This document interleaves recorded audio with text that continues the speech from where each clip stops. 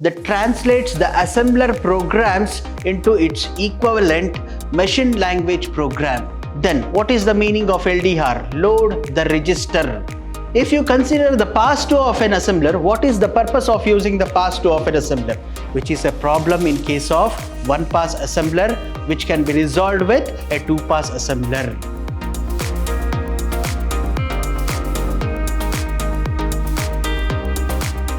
Hello everyone, it is Dr. Ravikumar YB. Today we shall see as to how the two-pass assemblers can be designed in a system software. In this case, in the previous classes of the systems architecture and assemblers, you have learnt about the algorithms wherein you had studied about the first pass assembler algorithm and second pass assembler algorithm, wherein you had been using about the different types of data structures in pass 1 as well as in pass 2.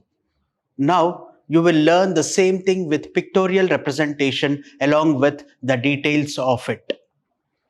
In this case, you will learn about what is an assembler. Let me take you once again into the definition of that, if you have forgotten about it. That is, an assembler is a translator that translates the assembler programs into its equivalent machine language program. That is, basically, the assembler goes through the program one line at a time. It generates machine code for that instruction.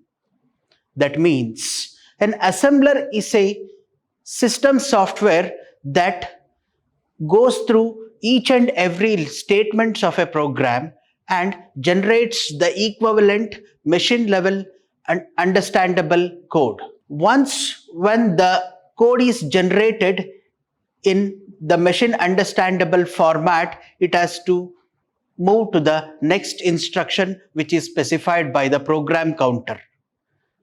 Then, in this case, when the assembler processes the next instruction in this way, the entire machine code program is created. That is, when the program counter gives the address of the next instruction to be executed by the assembler, then every statement of a program is executed and converted from one language to another language. That is, from assembly level language to the equivalent machine level language. Now, if you look at the two-pass assembler, in your syllabus, you have a two-pass assembler. What is the meaning of two-pass assembler? As I have already discussed with you all, a one-pass assembler is an assembler wherein you will learn about the conversion of assembly level program into its equivalent machine level code in one go. That is, load and translate, that is performed in one pass assembler. Whereas in case of two pass assembler, the information is translated in two different stages. That is, the forward reference is very important thing you need to understand here. That is, when the first pass generates some symbols and numerals and literals in the data structure, the data structure is used as input in the second pass. This second pass assembler will resolve all the future references. That is, the second pass of a two-pass assembler helps you to resolve a future references very easily. But that is not the case with the one-pass assembler. That is why it is always suggested to have either a multi-pass assembler or a two-pass assembler. In case of two-pass assembler, we will be having two phases of interpretation, that is conversion or translation from assembly level program to its equivalent machine understandable code. So there would not be any problem of translating from one form to other form. During the process of this translation, if there is any intermediate code generated by the first pass which needs to be interpreted, which can be done by the second pass.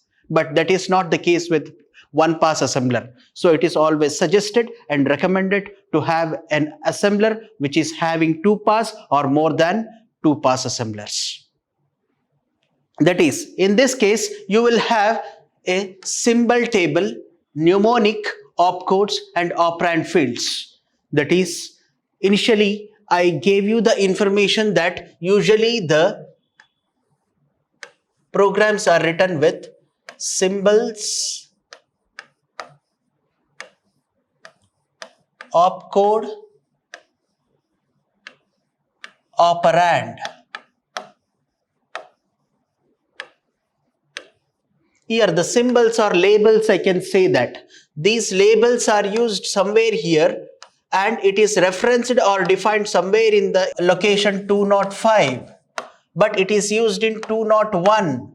What is the meaning of that? That has to be mapped. At this point of juncture, it won't understand where it is defined. Then it leaves the address of that location as blank in the literal table or in the symbol table. In the symbol table, what happens? Suppose if you have an operation called add or LDR, then what is the meaning of LDR? Load the register R1 with some literal values. If that is the case, LDR R1 comma hash 10. What is the meaning of this? The value 10 is to be added into the register R1. Then how it is loaded? Through the LDR. LDR is the opcode. An equivalent symbol of this is represented by the numeric opcode. What is the meaning of numeric opcode? Suppose if there is a symbolic opcode like this LDR, this must be represented with its equivalent 00 or with some 01 or 10 or 11, so on with these combinations. These values must be converted into, these numbers must be converted into its equivalent numeric opcode. The same thing.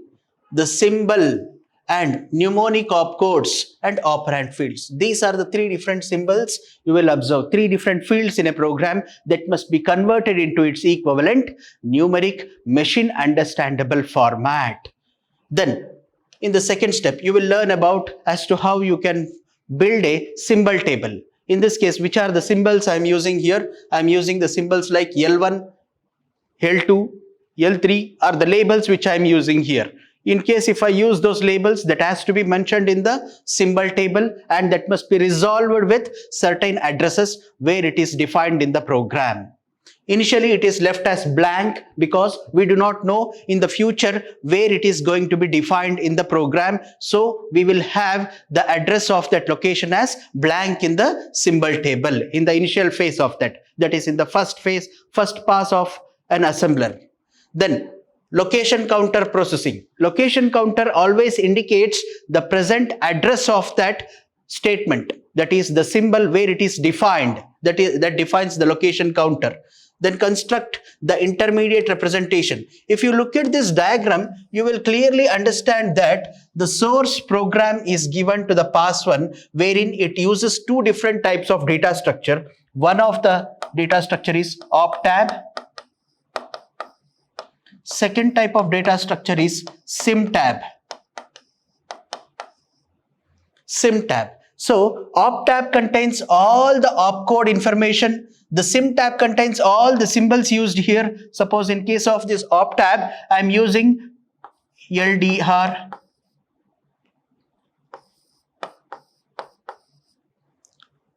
STR. LDR stands for load register, STR stands for store register. Then symbol table, L1, suppose if I use L1, L2, and the address of these LDR is left blank initially and L1 is left blank initially. So we have this kind of information in the first pass. In the first pass, we will be having only these information and these informations with forward references.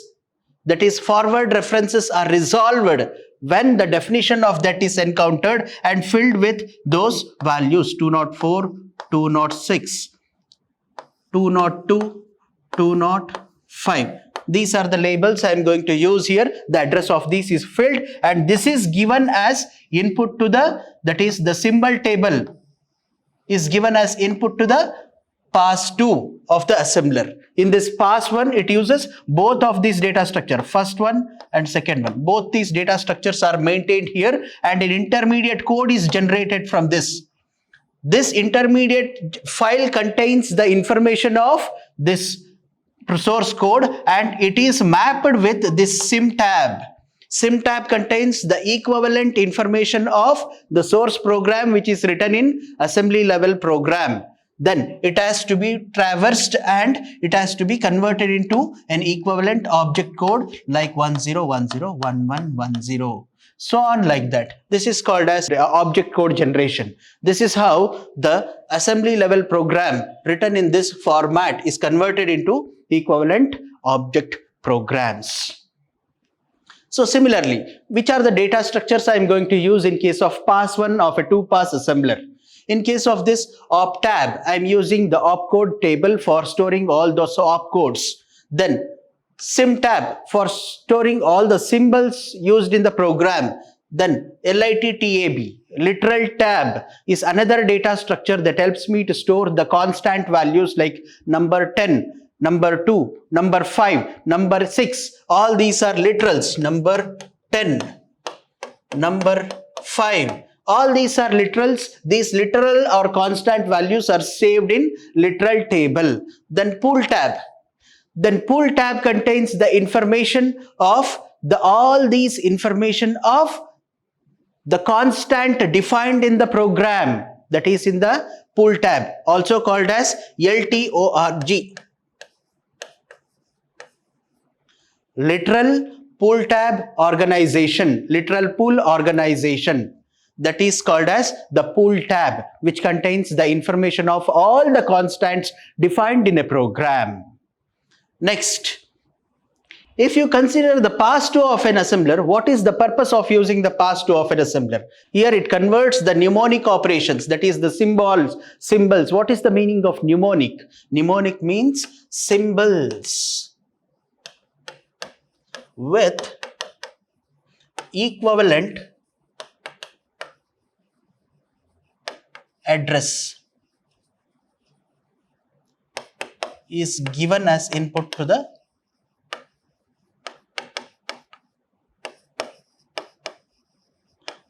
second pass. Now, it converts the symbolic operands to their equivalent machine addresses. The same thing, equivalent machine addresses. Builds the machine instructions in the proper format. The machine instructions are built in a proper format during the process of object code generation. Since you are in the second pass, this second pass assembler uses the SIMTAB data structure and generates the equivalent object code. In the case of pass 1, the pass 1 uses the source program along with two different types of data structures like optab and SIMTAB, along with that literal tab and LTORG data structures to generate an intermediate file. Once when the intermediate file is generated, the intermediate file along with the SIMTAB is used as input in the second pass of a 2-pass assembler. It generates ultimately the object code.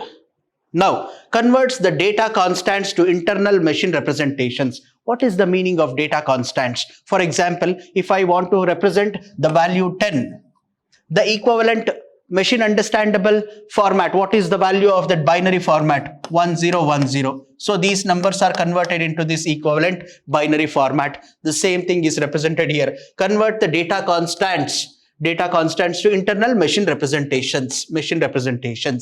Write the object program and the assembly listing. Assembly listing is done based upon the equivalent information generated, which is in the machine understandable format.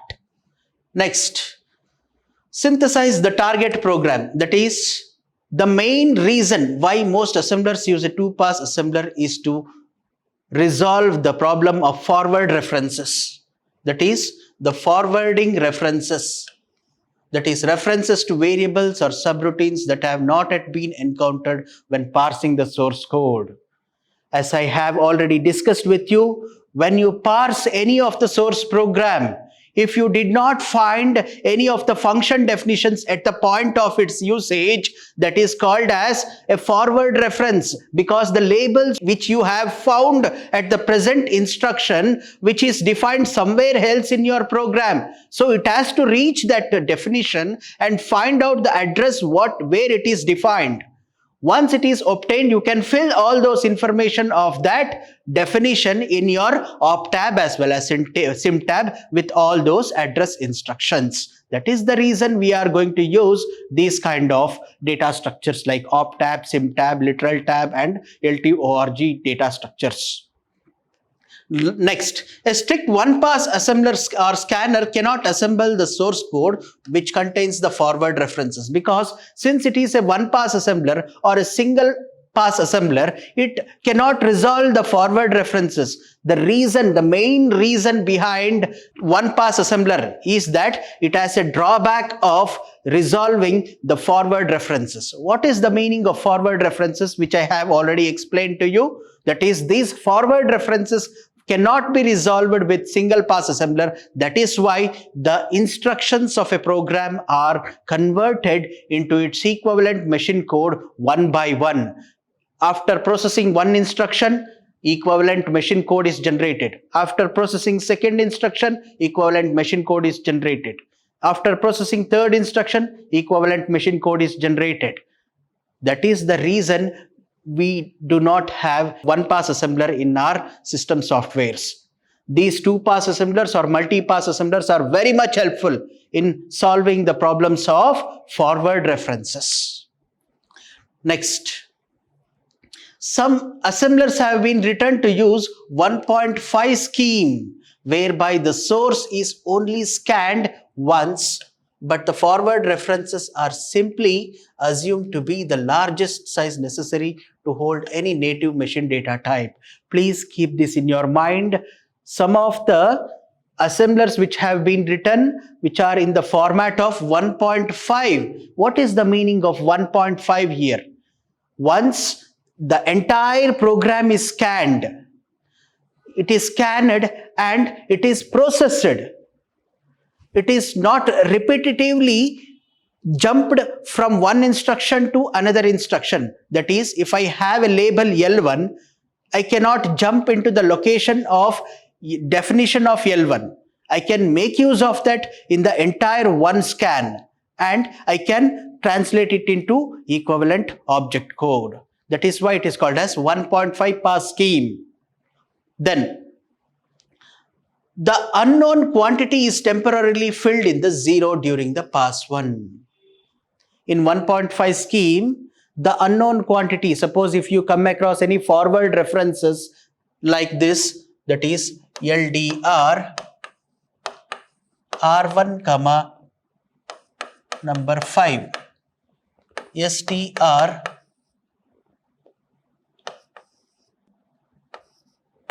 R1 comma L1, where L1 is defined somewhere here. This is the address of this. This is 202.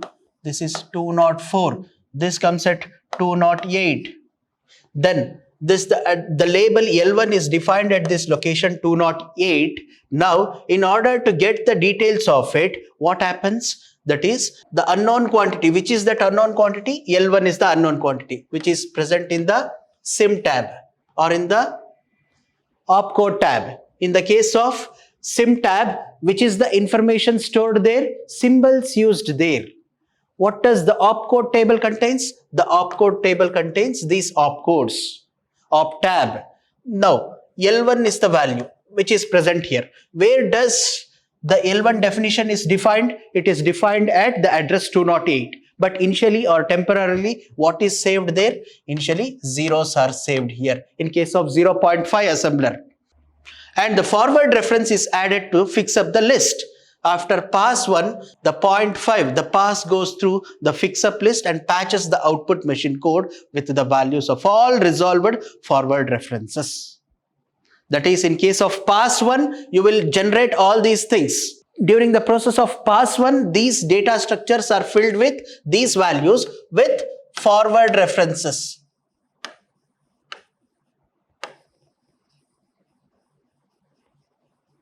These forward references are resolved during the patch-up operation. What is the meaning of patch-up operation here? That is the definition, the address of these labels defined here, that is address of these labels defined here are inserted into this location 208 during the process of this next pass, that is defined as 0.5.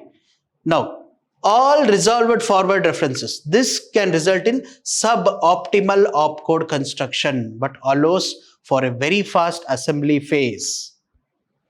This kind of 1.5 assembly language translation assembler is there.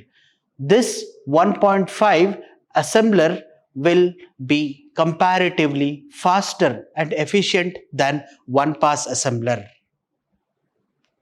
Next, differences between one-pass and two-pass assembler. As you all know that the instructions are processed at every execution of every instruction or assembler program. Then, in case of one-pass assembler, the one-pass assembler passes over the file once, that is, it collects all the information in one loop. Please try to understand here, that is, in case of one-pass assembler, each and every instruction is considered as one operation, and the operation is the task of this operation is to translate this assembly level code into equivalent machine code. Once it is successfully generated, moves to the next instruction. That means it takes only one instruction at a time. It takes only one instruction at a time. Then it collects labels and also resolves future references or forward references. There is a major problem of future referencing assembly code in one pass. It creates an intermediate file which acts as an input to two-pass assembler, which is a problem in case of one-pass assembler, which can be resolved with a two-pass assembler. Now, if you come to the two-pass assembler, you will see that the two-pass assembler does two passes over the source file. In the first pass, it receives the input file, that is the source file, and converts it into an intermediate source file. It is not an ultimate object code, it is an intermediate file which is generated during the first pass. That is, after the execution of first pass of an assembler, it generates an intermediate file or an intermediate code which is requiring the information of symbol table data structure. That is, the label definitions introduces then in the symbol table, a dynamic table which includes the label name and address for each label in the source program. With the help of this symtab or a symbol table, the forward references are resolved and the equivalent machine instruction is generated in case of two-pass assembler. In the second pass, after the symbol table is complete, it does the actual assembly by translating the operations into machine codes and so on. That is, with the help of this symbol table data structure, the information which is in the intermediate file format is translated into its equivalent machine level code format. If you have any questions with respect to the design of a two-pass assembler and the difference between a two-pass assembler and one-pass assembler and all those things, kindly let us know in the live session so that I can solve your questions and I can give you a solution to your questions. Thank you very much.